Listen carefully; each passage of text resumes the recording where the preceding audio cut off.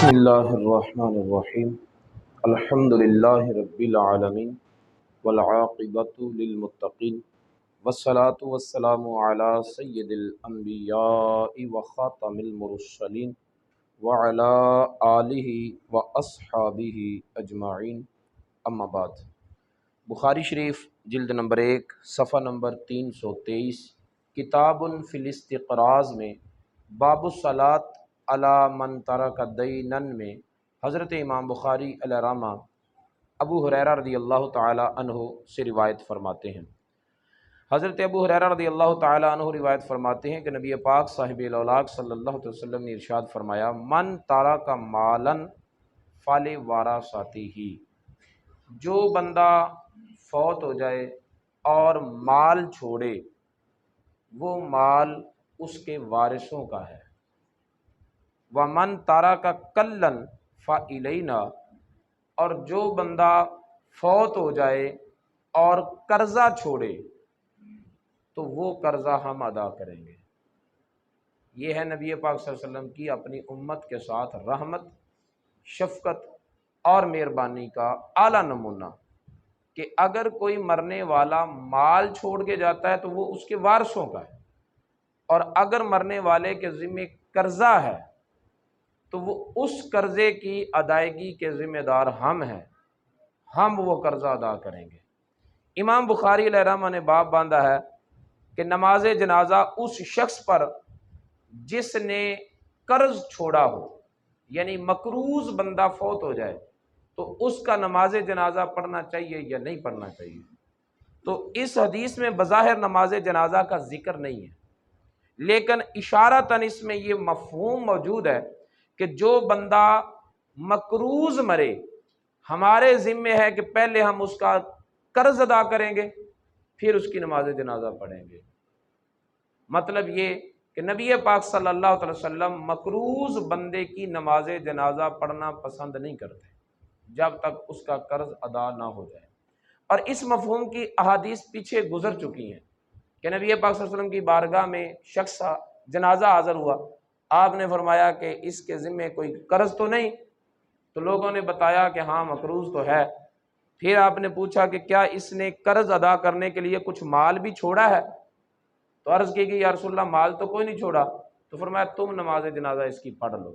یعنی خود نماز جنازہ پڑھنا پسند نہ کیا۔ پھر وہیں موجود صحابہ کرام میں سے ایک صحابی نے عرض کی یا رسول اللہ اس کا قرض میرے ذمہ ہے، میں اس کا قرض ادا کروں گا۔ تب نبی پاک صلی اللہ علیہ وسلم نے اس کی نماز جنازہ پڑھائی۔ تو یہ اس مفہوم کی حدیث جو ہیں وہ پیچھے گزر چکی ہیں۔ تو چونکہ یہ حدیث سے ایک حدیث ایسی بھی گزری ہے جس کا ایک حصہ یہ ہے جو اس حدیث میں ہے کہ جو بندہ اپنے وارثوں کو اپنا مال چھوڑے تو وہ اس کے وارثوں کا ہے، اور اگر کوئی قرض چھوڑے تو وہ قرض ہم ادا کریں گے۔ اور اسی ضمن میں یہ مفہوم بھی موجود ہے کہ پہلے قرض ادا کریں گے پھر اس کی نماز جنازہ پڑھیں گے۔ تو اسی مفہوم کو اخذ کرتے ہوئے امام بخاری علیہ رحمہ نے اس باب کے تحت اس حدیث کو ذکر کیا ہے۔ اسی باب کے تحت دوسری حدیث حضرت ابو ہریرہ رضی اللہ تعالیٰ عنہ سے ہی روایت ہے۔ نبی پاک صلی اللہ علیہ وسلم نے ارشاد فرمایا، ما من مؤمن الا وانا اولی بہ فی الدنیا والآخرہ، کوئی مومن ایسا نہیں جس کی جان سے زیادہ قربت میں نہیں رکھتا، ہر مومن کی جان سے زیادہ قریب میں ہوں۔ پھر اگلی بات اس سے بھی زیادہ مزے کی ہے، فرمایا فی الدنیا والآخرہ، یہ قربتیں دنیا میں بھی ہیں، یہ قربتیں آخرت میں بھی ہیں۔ یہ اہل ایمان کے لیے خوشخبری ہے کہ رسول اللہ صلی اللہ علیہ وسلم نے فرمایا کہ دنیا میں بھی اور آخرت میں بھی۔ اس کے اب مفہوم دو بنتے ہیں۔ ایک مفہوم یہ بنتا ہے کہ مومن دنیا میں ہو پھر بھی میں اس کے سب سے زیادہ قریب ہوں، اس کی جان سے بھی زیادہ قریب ہوں۔ مومن آخرت میں ہو، دنیا چھوڑ کر آگے چلا جائے تو وہاں بھی مومن کے جان سے زیادہ قریب میں ہوں۔ ایک مفہوم اس کا یہ ہے۔ دوسرا مفہوم یہ ہے کہ نبی پاک صلی اللہ علیہ وسلم فرما رہے ہیں کہ میں دنیا کے اندر موجود ہوں اپنی ظاہری حیات کے ساتھ تو بھی مومنوں کی جانوں سے زیادہ قریب میں ہوں، اور اگر میں اس دنیا کو بظاہر چھوڑ بھی جاؤں تو بھی ایمان والوں کی جانوں سے زیادہ قریب میں ہی ہوں۔ یعنی فی الدنیا والآخرہ کا تعلق یا تو مومن کے ساتھ ہے، یا پھر نبی پاک صلی اللہ علیہ وسلم نے اپنی ذات کے ساتھ فرمایا کہ مومن دنیا میں ہو یا آخرت میں ہو میں اس کی جان سے بھی زیادہ قریب ہوں، یا پھر فرمایا کہ میں دنیا کی حیات ظاہری کے ساتھ دنیا میں موجود ہوں یا حیات باطنی کے ساتھ عالم برزخ میں موجود ہوں، دونوں صورتوں میں ایمان والوں کی جان سے زیادہ قریب میں ہی ہوں۔ اور یہ بھی ہو سکتا ہے کہ دونوں مفہوم ہوں، اور مطلب یہ نکل آیا کہ مومن دنیا میں ہو یا آخرت میں ظاہری زندگی کے ساتھ ہوں یا حقیقی زندگی اس کے ساتھ، ہر صورت میں ہر مومن کو جان سے زیادہ قریب میں ہی ہوں۔ فرمایا ان شئتم اقرأوا ان شئتم، اگر تم چاہتے ہو تو پھر یہ آیت پڑھ لو، النبی اولیٰ بالمؤمنین من انفسہم، یعنی قرآن بھی یہی کہتا ہے کہ میرا نبی، اور کوئی سا نبی نہیں بلکہ یہ جو سارے نبیوں کا امام نبی ہے اور عرشوں کا مہمان نبی ہے اور ساری کائنات کا دولہا نبی ہے، یہ نبی مومنوں کو ان کی جانوں سے بھی زیادہ پیارا ہے، مومنوں کو ان کی جانوں کے سے زیادہ ان کے قریب ہے۔ پھر فرمایا فَأَيُّمَا مُؤْمِنٍ مَاتَ وَتَرَكَ مَالًا، فرمایا جو بھی مومن فوت ہو جائے اور مال چھوڑے، فَلْيَرِثْهُ عَصَبَتُهُ مَنْ كَانُوا، تو اس مال کے وارث اس کے ورثاء ہوں گے جو کوئی بھی ہوں، وَمَنْ تَرَكَ دَيْنًا أَوْ ضِيَاعًا، اور جو کوئی بندہ قرض چھوڑے یا نابالغ اولاد چھوڑے تو فرمایا فَلْيَأْتِنِي، تو اس کو میرے پاس لے آؤ، انا مولا ہو، میں اس کا مولا ہوں۔ یعنی یہی نہیں کہ ایمان والوں سے جانی مالی قربانیاں لینے کے لیے نبی ان کی جانوں کے سے زیادہ قریب ہے، بلکہ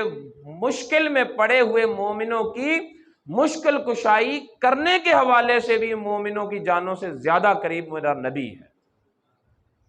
ٹھیک ہے، فرمایا میں مولا ہوں، تو مولا ہونے کا مطلب یہ نہیں کہ میں مولا ہوں لہذا میری عزت کے لیے تم قربانیاں ہی دیتے رہو ساری زندگی، بلکہ فرمایا میں مولا ہوں تو اس کا مطلب یہ ہے کہ جب تمہیں مشکل پیش آئے تو پھر میں تمہارا مولا ہوں، یعنی تمہارا مشکل کشا بھی میں ہوں۔ لہذا اگر کوئی قرض چھوڑے تو وہ قرض میرے پاس آ جاؤ، آ کے لے لو، اور اگر کوئی نابالغ اولاد چھوڑے، کوئی وارث نہیں ہے، تو اس بچے کو میرے پاس لے آؤ، میں اس کی کفالت کروں گا۔ اور نبی پاک صلی اللہ علیہ وسلم نے ایسے کئی یتیموں کی کفالت کی بھی اپنی حیات ظاہری میں، اور آج بھی دیکھنے میں ایسا آتا ہے کہ ایسے بے سہارا لوگ جن کی زندگی بھر کی امیدوں کا مرکز اور محور مدینے کا تاجدار ہی ہوتا ہے، اگر زندگی کے بعد ان کی اولاد یا ان پر کوئی مشکل پیش آتی ہے تو رسول اللہ صلی اللہ علیہ وسلم اس کی مشکل کشائی فرماتے ہیں۔ آگے امام بخاری نے باب باندھا ہے مطل الغنی ظلم، مالدار آدمی ہو جان بوجھ کر قرض ادا نہ کرے تو فرمایا یہ ظلم ہے، ایسا کرنا یہ بھی ایک ظلم ہے کہ میں قرضہ دے سکتا ہوں پھر نہیں دیتا، وہ چھوٹے پیمانے کا ہو یا بڑے پیمانے کا ہو، وہ تھوڑا سا ہو یا زیادہ ہو، ظلم ظلم ہے، وہ رائی کے دانے کے برابر ہی کیوں نہ ہو۔ حضرت ابو ہریرہ رضی اللہ تعالیٰ عنہ روایت فرماتے ہیں رسول اللہ صلی اللہ علیہ وسلم نے ارشاد فرمایا مطل الغنی ظلم، غنی کا مالدار کا قرض کو روک لینا یہ ظلم ہے۔ پھر آگے امام بخاری نے باب باندھا ہے باب لصاحب الحق مقال، جو صاحب حق ہوتا ہے، قرض خواہ ہوتا ہے، اس کو بات کرنے کا حق ہوتا ہے، وہ کسی بھی انداز میں بات کر سکتا ہے۔ اور ذکر کیا جاتا ہے نبی پاک صلی اللہ علیہ وسلم سے کہ انہ قالا، نبی پاک صلی اللہ علیہ وسلم نے ارشاد فرمایا لی الواجد یحل عرضہ وعقوبتہ، لی الواجد، واجد کہتے ہیں پانے والا، جو بندہ قرض کی ادائیگی کی وسعت رکھتا ہو،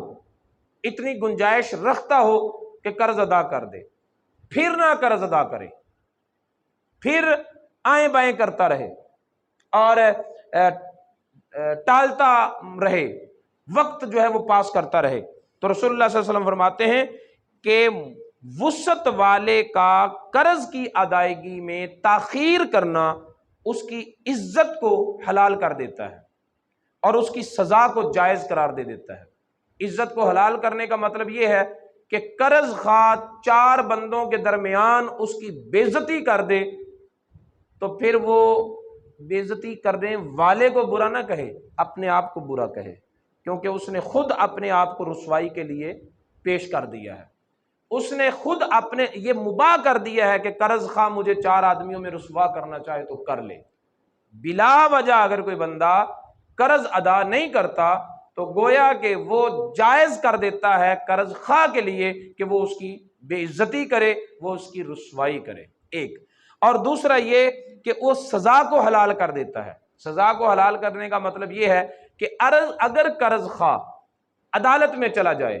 اور عدالت اس کو سزا دے دے تو وہ سزا جائز سزا ہوگی، مناسب سزا ہوگی، اس وجہ سے کہ اس نے اپنے آپ کو سزا کا مستحق خود بنایا ہے بلا وجہ قرض کی ادائیگی میں تاخیر کرنے کی وجہ سے۔ حضرت ابو ہریرہ رضی اللہ تعالی عنہ روایت فرماتے ہیں اتى النبی صلی اللہ علیہ وسلم رجل یتقاضاہ فاغلظ له، نبی پاک صلی اللہ علیہ وسلم کی بارگاہ میں ایک آدمی آیا اور اس آدمی نے اپنے قرض کی ادائیگی کا مطالبہ کیا، فاغلظ له، اور مطالبہ بڑے گندے طریقے سے کیا، بڑی بے باکی کے ساتھ اس نے گفتگو کی، شان رسالت کو ذرا بھی مد نظر نہیں رکھا۔ فہم به اصحابہ، نبی پاک صلی اللہ علیہ وسلم کے صحابہ نے ارادہ کیا اس کی طبیعت صاف کرنے کا، اس کو مارنے کا، سزا دینے کا ارادہ کیا، تو نبی پاک صلی اللہ علیہ وسلم نے دعوہ، اسے چھوڑ دو، فإن لصاحب الحق مقالا، اس لیے کہ حق والے کو بات کرنے کا حق ہوتا ہے۔ نبی پاک صلی اللہ علیہ وسلم اس کے مطالبہ کرنے سے پہلے بھی قرض ادا فرما سکتے تھے، کسی صحابی کو، کسی جانسار کو کہہ دیتے۔ اس موقع پر بھی تو آپ نے صحابہ کرام کی ڈیوٹی لگائی تھی نا کہ اس کا اونٹ دینا ہے اور اس کے اونٹ جیسا اونٹ خریدو۔ انہوں نے عرض کی یا رسول اللہ ویسا تو نہیں ملتا، اس سے بہتر ملتا ہے، فرمایا بہتر ہی دے دو۔ تو اس کے مطالبہ کرنے سے پہلے بھی تو نبی پاک صلی اللہ علیہ وسلم یہ حکم اپنے صحابہ کو دے سکتے تھے، لیکن نہیں دیا۔ کیوں نہیں دیا؟ اس لیے تاکہ وہ آ کے مطالبہ کرے اور اپنے مطالبے کو اپنے انداز میں کرے،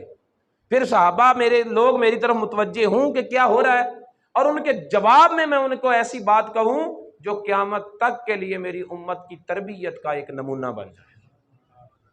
نبی پاک صلی اللہ تعالی علیہ وسلم کے ہر عمل میں مصلحت ہوتی ہے، اور اللہ رب العزت نے خود ارشاد فرمایا کہ میرا نبی بولتا نہیں، جب بھی بولتا ہے تو میرے ارادے سے بولتا ہے، یہ جب بھی بولتا ہے تو وحی خدا سے بولتا ہے۔ تو رسول اللہ صلی اللہ علیہ وسلم کے کنکریاں پھینکنے کو اللہ تعالیٰ نے فرمایا وما رمیت اذ رمیت ولکن اللہ رمی، جب تو نے پھینکی تھی وہ تو نے نہیں پھینکی تھی، تو اللہ تعالیٰ نے پھینکی تھی۔ یعنی رسول اللہ کے فعل کو اللہ اپنا فعل کہتا ہے، رسول اللہ کے کلام کو اللہ اپنا کلام کہتا ہے۔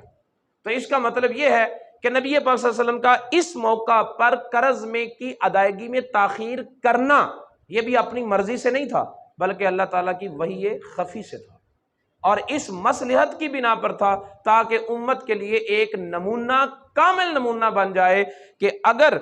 مقروض امام الانبیاء ہو اور قرض لینے والا ایک عام عرب کا بدو ہو، تو وہ عرب کا بدو قرض خواہ ہونے کی وجہ سے، قرض کا مطالبہ کرنے کی وجہ سے امام الانبیاء کے ساتھ ہم کلامی کرے اور بد کلامی کی صورت اختیار کرے، رسول اللہ صلی اللہ علیہ وسلم اسے حق دیتے ہیں، تو پھر ان کے علاوہ اور کوئی بھی ہو ایسی شان والا تو ہو ہی نہیں سکتا۔ اگر کوئی مقروض ہے اور قرض کی ادائیگی میں تاخیر کر رہا ہے، پھر قرض خواہ اس سے اپنا قرض لینے کے لیے مطالبہ میں سختی کر رہا ہے، تو بھول جائے کہ میں MNA ہوں یا MPA ہوں یا وزیر ہوں یا مشیر ہوں یا میں چودھری ہوں یا میں بڑا تاجر ہوں، کوئی عہدہ نہیں، تو اس وقت صرف مقروض ہے، تیری کوئی تھارٹی نہیں، تو اس وقت اس کا مقروض ہے، اور اپنے آپ کو اسی حیثیت میں دیکھ کے میں مقروض ہوں اور قرض خواہ میرے ساتھ کوئی بھی طریقہ اختیار کر سکتا ہے۔ اگر اپنی عزت بچانی ہے تو پھر وقت پر قرض ادا کرو، ٹھیک ہے؟ لہذا اپنے عہدے اور اپنے منصب کو آڑ بنا کر اگر ہم قرض کی ادائیگی میں تاخیر کریں تو رسول اللہ صلی اللہ علیہ وسلم نے فرمایا یہ عذر نہیں، یہ ظلم ہے، یہ عذر نہیں، یہ ظلم ہے۔ اللہ رب العزت کی بارگاہ میں دعا ہے نبی پاک صلی اللہ علیہ وسلم کی تعلیمات کو سیکھنے اور ان پر عمل پیرا ہونے کی توفیق عطا فرمائے۔